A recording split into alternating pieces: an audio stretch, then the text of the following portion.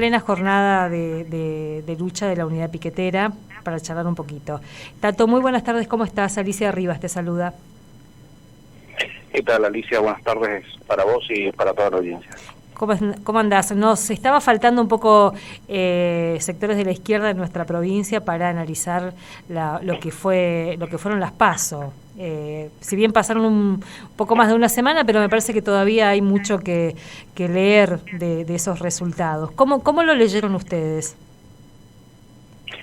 Bueno, mirá, en principio uno de los fenómenos que se observó el día de las elecciones fue el ausentismo, que fue realmente muy notable, ¿no? Uh-huh. Lo hablamos con compañeros, inclusive hoy en la jornada en el marco de la movilización estábamos charlando de esta cuestión y bueno, la verdad es que fue altísima el ausentismo, ¿no? Se estaba hablando de 11 millones en todo el país. Uh-huh. A eso hay que agregarle 1,5 millones de argentinos que votaron en blanco o nulo, es decir, 12,5 millones de personas que de nuestro país que no se han expresado por ninguno de los grupos políticos que se presentaron. Y después, bueno, los 3/3, ¿no? Como quedó dividido nuestro país, los 7 millones para Milei, los 6 y pico para Juntos por el Cambio, otros 6 millones y pico para la Unidad por la Patria. Bueno, configura un escenario realmente que en términos, es decir, a ver, muchas encuestas anticipaban un escenario de 3/3, ¿no? Uh-huh. Pero bueno, en las últimas semanas se barajaban encuestas que hablaban de otra cosa y eso generó algún grado de sorpresa, ¿no? En cuanto al resultado, ¿no? Porque por ahí muchos no se esperaban el triunfo de Milei en el país, si bien no es un triunfo categórico, porque estamos hablando de un 30% de los votos, todavía queda mucho por discutirse, pero lo grave, ¿no? Es que esta corriente política tiene unos planteos que, bueno, hemos discutido aquí, uh-huh, en este programa en varias oportunidades, que son realmente temerarios, muchos de los planteos, rabiosamente antiobreros. Es una corriente política y un dirigente que plantea abiertamente ir a fondo contra los derechos de los trabajadores y contra el conjunto de la población, ¿no? Inclusive está hablando de revertir la legalización del aborto en nuestro país, que fue una conquista enorme del movimiento de mujeres y las disidencias, y derechos de esa índole que se conquistaron en los últimos años, y quien le sigue en orden de votación, por lo menos a nivel de partido, ¿no? En términos individuales, Patricia Bullrich sostiene mucho los planteos que sostiene Milei. Por ahí la diferencia entre ambos en cuanto a lo económico es que Milei está planteando abiertamente la dolarización, ¿no? Uh-huh. como una salida económica a los problemas de nuestro país, que nosotros entendemos que es una absoluta falacia. De hecho, él miente muchas de las cosas que dice, ¿no? Porque los dos países dolarizados de nuestro continente son un desastre, no son ninguna referencia positiva, ¿no? Porque Panamá y Ecuador son países económicamente muy atrasados. De hecho, Ecuador ha sido noticia en los últimos días por el asesinato de un candidato presidencial, uh-huh, por una avanzada en narcotráfico que es tremenda, y niveles de pobreza altísimos, ¿no?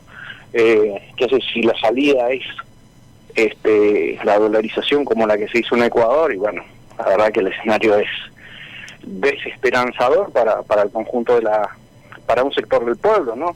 Los que estamos luchando vamos a seguir luchando porque creemos que la salida está en la dirección opuesta. Tato, y en el caso de ustedes, ¿cómo fue el acompañamiento, los votos? ¿Cómo fue, digamos? Bueno, mira, la verdad es que a la izquierda, al frente izquierda, uh-huh, particular, no nos fue bien en estas elecciones. Uh-huh. Hemos hecho una elección en la que sacamos un poquito menos votos que en las PASO anteriores, uh-huh, a nivel nacional.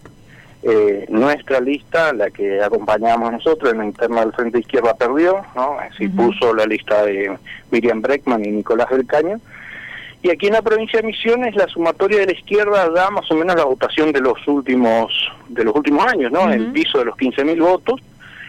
Lo que sí nosotros notamos acá en la provincia de Misiones es que no hubo prácticamente corte de boleta, ¿no? Es decir, el que votó por una u otra boleta, esa es la que puso entera, ¿no? Es decir, por ejemplo, nosotros en el caso del Frente Izquierda a nivel provincial, anduvimos alrededor del 8.000 o 9.000 votos, casi 5.000 sacó la lista de Bregman, sí. y esa votación de Bregman no tuvo ningún voto de la lista provincial, ¿no? Que la única que tenía candidato a nivel provincial era la nuestra.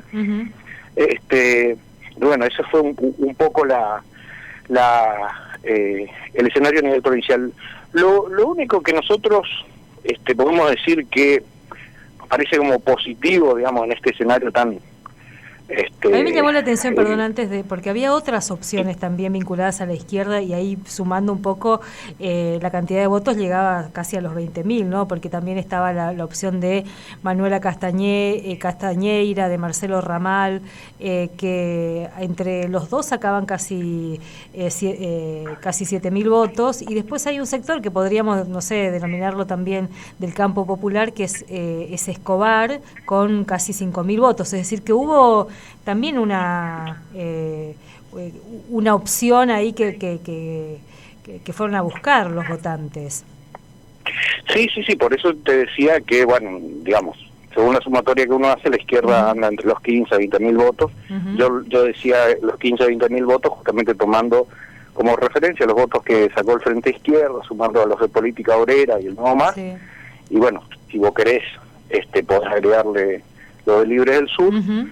Nosotros no vemos a Libre del Sur como una corriente de izquierda, pero bueno, como vos decís, del campo popular. Campo popular, como lo denominan otros sectores. Pero nosotros, lo que nos llamó la atención dentro de este cuadro de tremenda avanzada de Milei en la provincia de Misiones, porque ganó acá en la provincia de Misiones, es que en algunos lugares donde nosotros tenemos un desarrollo importante, sostuvimos los resultados de las elecciones de mayo, o resultados cercanos. Por ejemplo, Victoria hicimos una buena elección otra vez, salimos segundo. Aquí en El Dorado, San Pedro, también se ha logrado superar el 3% lejos, que no es lo que nosotros hemos sacado a nivel provincial. Y eso demuestra que, bueno, hay un voto consolidado en una parte de la provincia.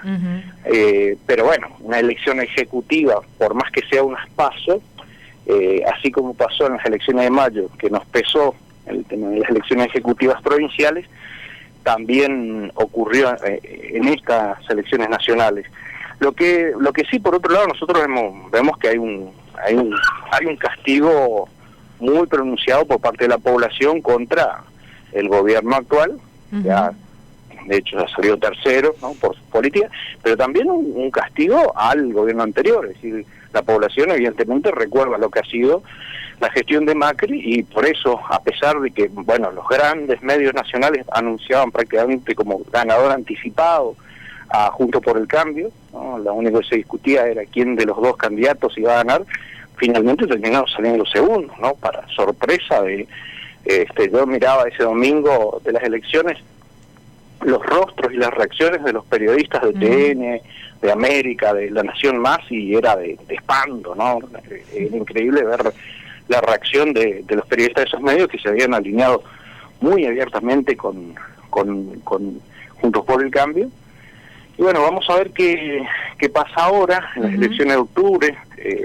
Ahora, podría darse un escenario. Tato, pensaba un poco también con cómo está polarizándose estas elecciones, cómo eso va a impactar en los sectores que venían acumulando representación, por ejemplo, en el Congreso, el caso del Frente de Izquierda.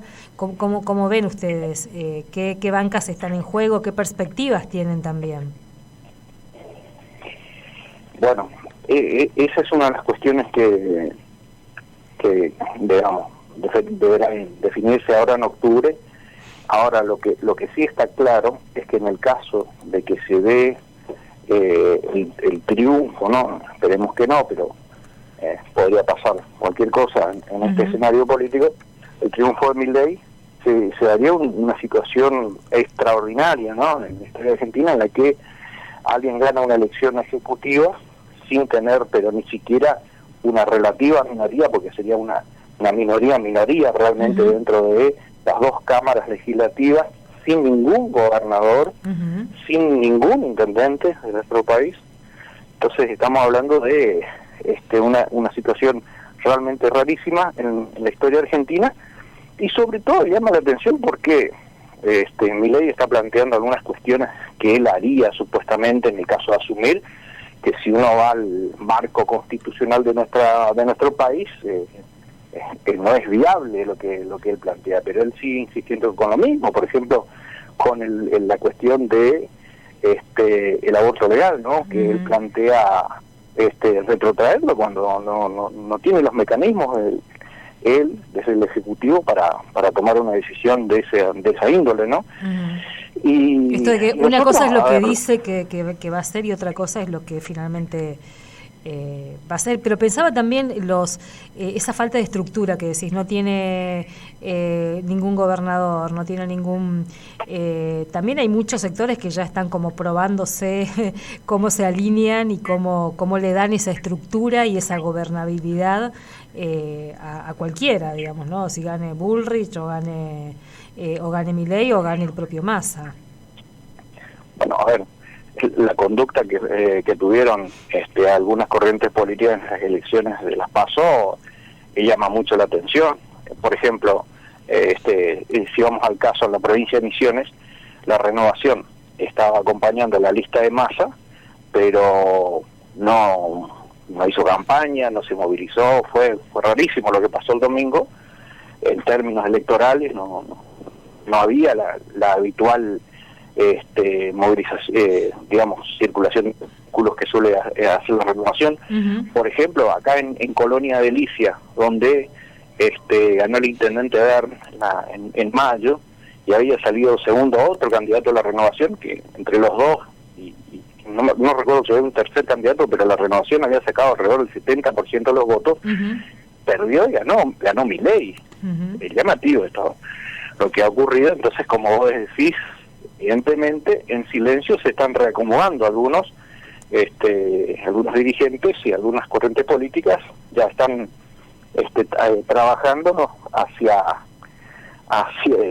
dándole cuerpo a Milei, ¿no?, que estábamos diciendo que no tenía estructura, ¿no? Y por otro lado, esto que charlábamos con vos antes, que bueno, estamos viendo muchos con preocupación, esta avanzada represiva y de judicialización que se está dando en la Argentina, sobre todo este escenario tan raro que se ha creado esta semana con estos saqueos, es bastante extraños porque no tienen nada que ver con los saqueos que hemos visto en nuestro país en fines de los 90 o principios de los 2001, en los que eran masas de pobladores que salían desesperados de hambre y trataban de llevarse alimentos de negocios de nuestro país. Acá lo que vemos son grupos muy pequeños, tremendamente organizados, que en menos de 2 minutos entran a locales de toda índole a saquearlos, y evidentemente están queriendo generar un clima político que justifique una ola represiva contra aquellos que luchamos habitualmente, porque no se puede ver la cosa de otra manera que no sea esa, ¿no? Porque sobre todo lo que ha pasado en la provincia de Misiones y en otros lugares de nuestro país en la jornada de ayer y lo que se ha vivido hoy, ¿no? Ayer lo que pasó en Campo Viera, que nosotros obviamente repudiamos del Partido Obrero, las expresiones del intendente de esa localidad hablando de terroristas en relación a los integrantes de una organización, del MTR, en un reclamo social, ¿no? Y las graves causas con las que los procesan, ¿no? Porque habla de intento de homicidio, son realmente causas muy, muy pesadas, ¿no? Que hablan de un ensañamiento que tiene un objetivo político, ¿no? Y hoy, bueno, nosotros hubo circulando un audio en la localidad de San Pedro donde hablaba de las posibilidades de probables saqueos.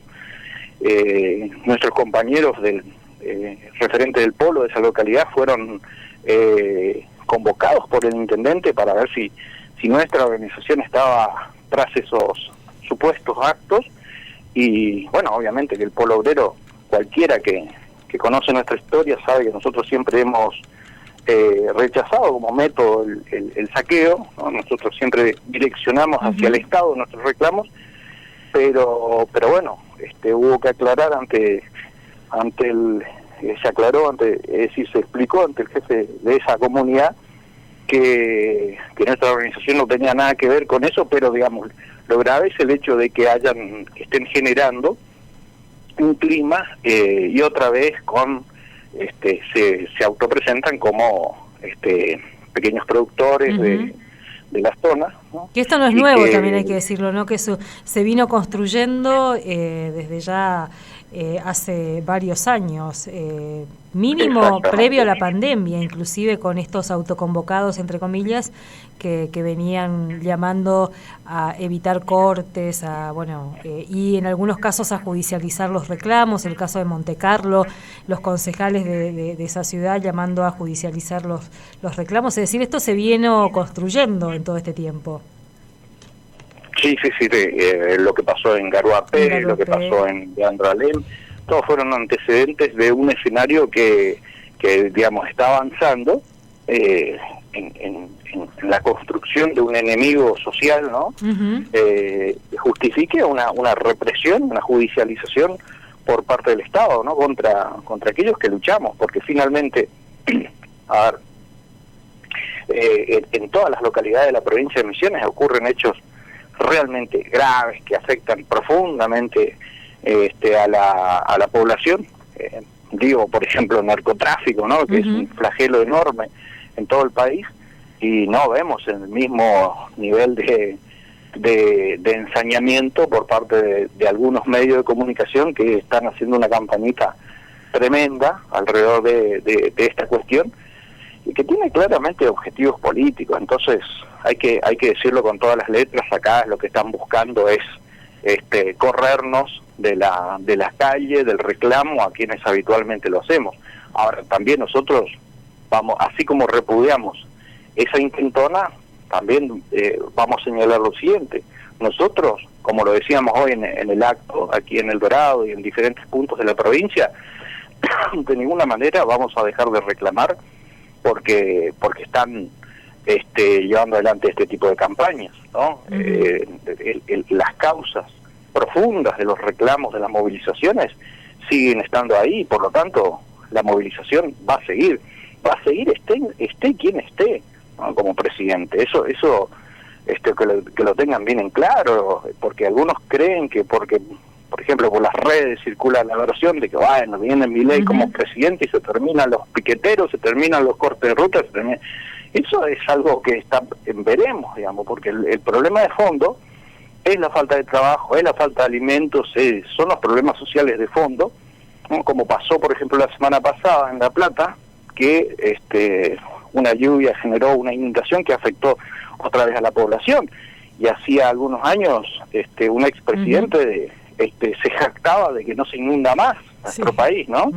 Y a la primera lluvia fuerte volvió a pasar lo mismo. Significa que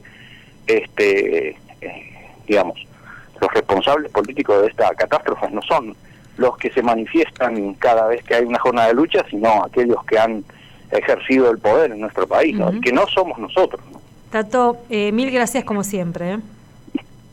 No, por favor, muchas gracias a vos, Alicia, un abrazo y seguimos en la lucha. Gracias, hasta luego. Aníbal Tato Seresky, dirigente del Partido Obrero. Nos quedaba pendiente, todavía nos quedan pendientes otros sectores, que ahí estuvimos haciendo el intento, hablar por ejemplo con sectores de el radicalismo, para ver también de acá en adelante qué es lo que están discutiendo, cómo leyeron este escenario electoral y demás, y cómo están encarando las elecciones para la primera vuelta. Así que vamos a ir sumando. Y con el caso de Tato también, en el marco